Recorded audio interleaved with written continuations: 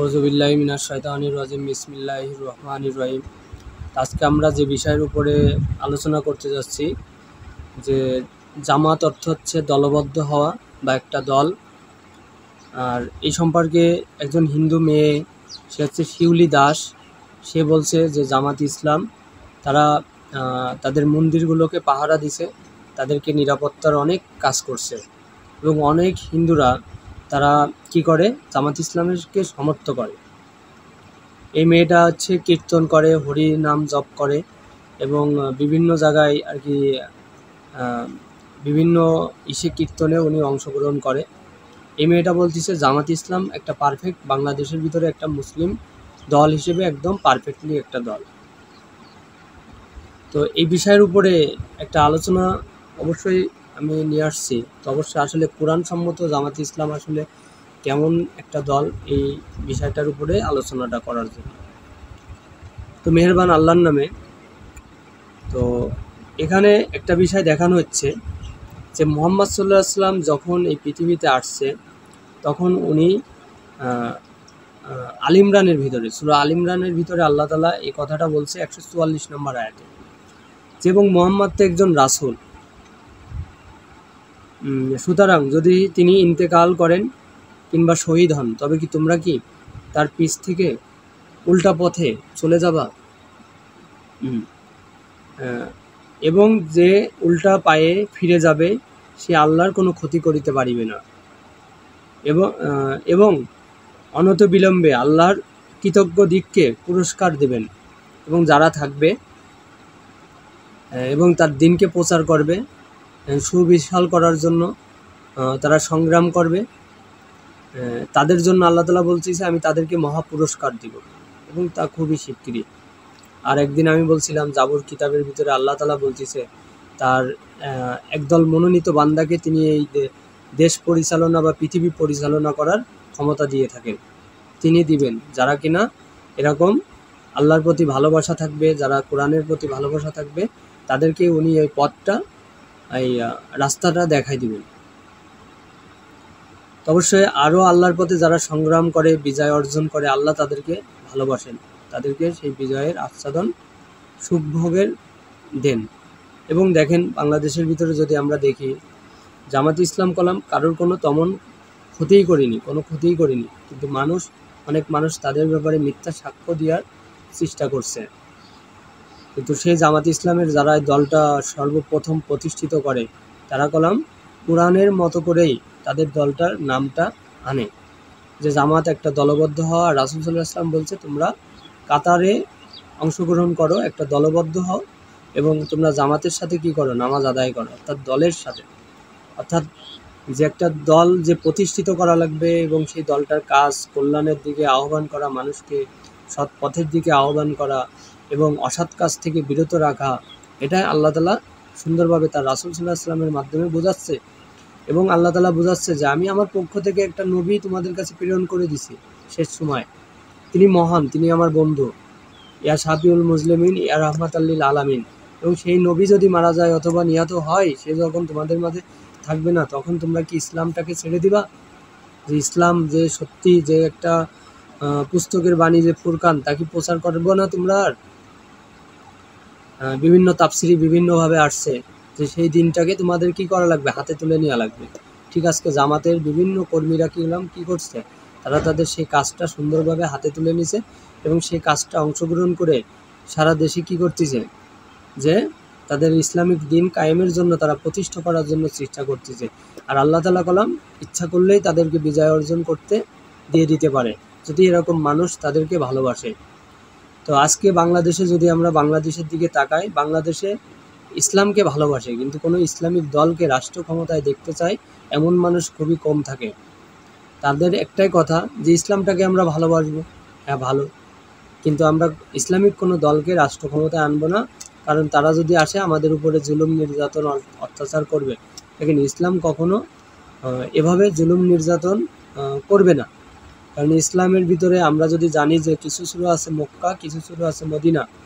যারা এইসব সূরা সম্পর্কে তাৎপর্য জানে, যারা আইন সম্পর্কে জানে, ফিকহ শাস্ত্র এগুলো যারা জানে, তারা কলাম জানে কিভাবে বিচার বিশ্লেষণ বিস্তৃত বিবরণ করা যায়, যার ভিতরে কোনো অন্য ধর্মের মানুষও কোনো অনিষ্পৃষিত না। রাসূল সাল্লাল্লাহু আলাইহি ওয়াসাল্লাম এটা দেখাইছে যে আপনি হিন্দু ধর্মের বা খ্রিস্ট ধর্মের বা বৌদ্ধ ধর্মের, ইসলামকে আপনাকে একটা কর খাজনা, একটা দেশের ট্যাক্সকে আপনাকে দেওয়া লাগবে। ওই ট্যাক্স দেওয়ার পরে আপনি সম্পূর্ণ উন্মুক্ত, আপনি যে ধর্মই পালন করেন না কেন। কিন্তু আপনি মুসলমান হয়ে মুসলমানের বিভিন্ন শিরক বেশে বসে থাকলে, যেরকম মাজারপন্থী, এরকম থাকলে কলম হবে না। আপনি অন্য ধর্মে থাকতে পারবেন, ইসলামের দেশের ভিতরে বসবাস করে ইসলামের আইনকে শ্রদ্ধা করে আপনি আপনার ধর্ম পালন করতে পারবেন। এটাই ইসলাম সম্পূর্ণভাবে এটা জায়েজ করছে।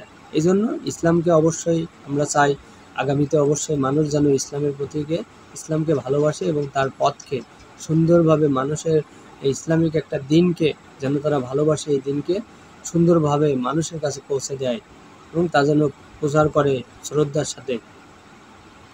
এই জন্য বিভিন্ন অলিগণ, আজমাইনগণ, তারা কলাম বিভিন্ন সময় এই দিনটাকে প্রচারের কাজ করে গেছেন। তারা কলাম এই দিনটাকে মানুষের কাছে সুন্দরভাবে পৌঁছে দিছে।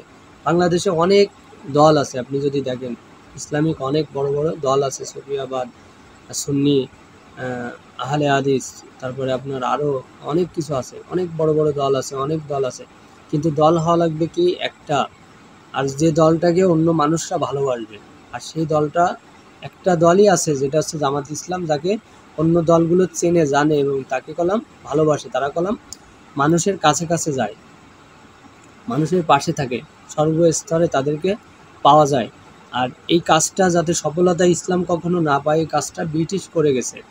তারা কলাম একটা মাদ্রাসা ভিত্তিক কার্যক্রম তৈরি করে গেছে পৃথিবীর বুকে। এটা একটা অনেক বড় একটা সমস্যাগ্রস্ত তৈরি করে গেছে, যেটা শুধুমাত্র জ্ঞানী যারা তারা জানে। কারণ প্রত্যেকটা বাড়ির থেকে এক একটা করে সন্তান তারা মাদ্রাসায় নিয়ে তাদেরকে আলেম বানাইছে, পড়াশোনা করাইছে, কিন্তু সেই বাড়িগুলোতে কি হয়নি, ইসলামের কোনো কার্যক্রম তৈরি হয়নি। শুধু ইসলামের কার্যক্রম তৈরি হয়েছে ওই ছেলেটারই ভিতরে, যে ওই ছেলেটা ইসলামিক পথে পড়াশোনা করছে, ইসলাম ও শুধু জানে, কিন্তু ওর ফ্যামিলির আর কেউ কলাম ইসলামটা জানতে পারেনি।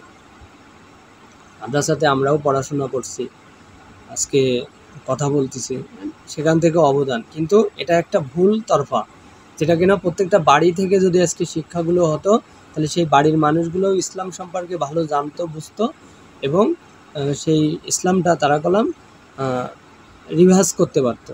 রিভার্স ফরওয়ার্ড সামনে পিছনে করে করে তারা কলাম সুন্দরভাবে এই আলোচনাগুলোও শুনতে পারতো, ইসলামের সিস্টেমে চলাফেরা করতে পারতো। যে তাদেরকে শাসন করবে সে তো বাড়ি থাকে না, তাহলে তাদেরকে কিভাবে শাসন করবে? এই জন্য কী হয়েছে, প্রত্যেকটা সমাজের থেকে এক একজন করে পড়াশোনা করার জন্য দূর প্রান্তে চলে গেছে, কিন্তু তারা সেই পড়াশোনাগুলো করে আসার পরে দেখে তার বাড়ি সম্পূর্ণ উল্টোপাল্টা হয়ে গেছে। তারা কোরআন সুন্নাহর আলোকে, হাদিসের আলোকে কখনোই কোনো বিষয়ের উপরেই চলাফেরা করে না। এভাবে প্রত্যেকটা বাড়ি, যে আমার ছেলে হাফেজ আছে, আমার বাড়ি মাওলানা আছে, আমার বাড়ি অমুক আছে, মুহাদ্দিস আছে, কিন্তু আমার বাড়ির লোকজন কি নেই, কোনো হাফেজ, মাওলানা, মুহাদ্দিসের কোনো কথাই তারা শোনে না। প্রত্যেকটা গ্রামে, মঠে, বিভিন্ন জায়গায় আজকে এরকম একটা পর্যায়ে এসে গেছে। কিন্তু জামাত কলাম এরকম কোনো একটা পন্থা না। জামাত কলাম সর্বস্তরে, সর্ব জায়গায় প্রত্যেকটা মানুষের পাশে কলাম সারা জীবন ছিল আর আগামীতেও থাকবে। এই জন্য আমরা অবশ্যই জামাত ইসলামকে ভালোবাসবো। অবশ্যই আমরা চাই বাংলাদেশে একটা ইসলামিক দল যেন প্রতিষ্ঠিত হয়ে যায়, তারা যেন ইসলাম শাসন কায়েম করতে পারে এবং প্রত্যেকটা মানুষ তাদের হাত থেকে কলাম কঠিনভাবে নিরাপদ পাবে। তো অবশ্যই উদারত আহ্বান রেখে আমি এখান থেকে বিদায় নিতে চাচ্ছি এবং অবশ্যই আমার চ্যানেলটি ভালো লাগলে অবশ্যই সাবস্ক্রাইব করে আমাদের সাথে থাকবেন। এবং একটা বিষয়, যে আজকে দেখেন অন্য ধর্মের মানুষরাও কলাম বুঝে যাচ্ছে, অথচ আমরা যারা মুসলমান আমরা কলাম জামাতকে সাপোর্ট করতেছি না, কিন্তু অন্য ধর্মের মানুষরা কলাম সে জামাত ইসলামকে কী করতেছে, সুন্দরভাবে সাপোর্ট করতেছে। তো অবশ্যই আমরা চাই যেন আল্লাহর এই দিনটা সুন্দরভাবে কোনো না কোনো একটা দলের মাধ্যমে বাংলাদেশে যেন প্রতিষ্ঠিত হয়ে যায়। আর যদি প্রতিষ্ঠিত না হয়, বাংলাদেশের মানুষ অনেক বড় দুর্ভিক্ষের ভিতরে, অনেক বড় সমস্যার ভিতরে চলে আসবে, যেটা অন্য কোনো মানুষ নিয়ন্ত্রণ করার মতো ক্ষমতা এখন আর নেই। কারণ আমরা জানি বিগত সরকারের আমলের সময় আমাদের দেশে অনেকে সবাই নিষ্পেষিত হয়েছে, সব মানুষরাই কলাম তাদের কোনো কথা বলতে পারতো না, তাদের কোনো ছিল না। কিন্তু এখন কলাম তাদের সেই কথা বলার মুখের বলিটা ফিরে আসছে। এই জন্য স্বাধীনভাবে আমরা চাইব যে বাংলাদেশে যেন একটা ইসলামিক দল সুন্দরভাবে যেন পৌঁছে যায়, যে তারা পার্লামেন্টে তারা যেন সেই ইসলামিক দিনটা মানুষের কাছে পৌঁছে দিতে পারে এবং সব জাতি যেন তাদের কাছ থেকে নিরাপদও থাকে। এই জন্য এই আশা আহ্বান ব্যর্থ রেখে আমি এখান থেকে বিদায় নিচ্ছি। সবাইকে জানাচ্ছি সালাম, আসসালামু আলাইকুম, আল্লাহ হাফেজ।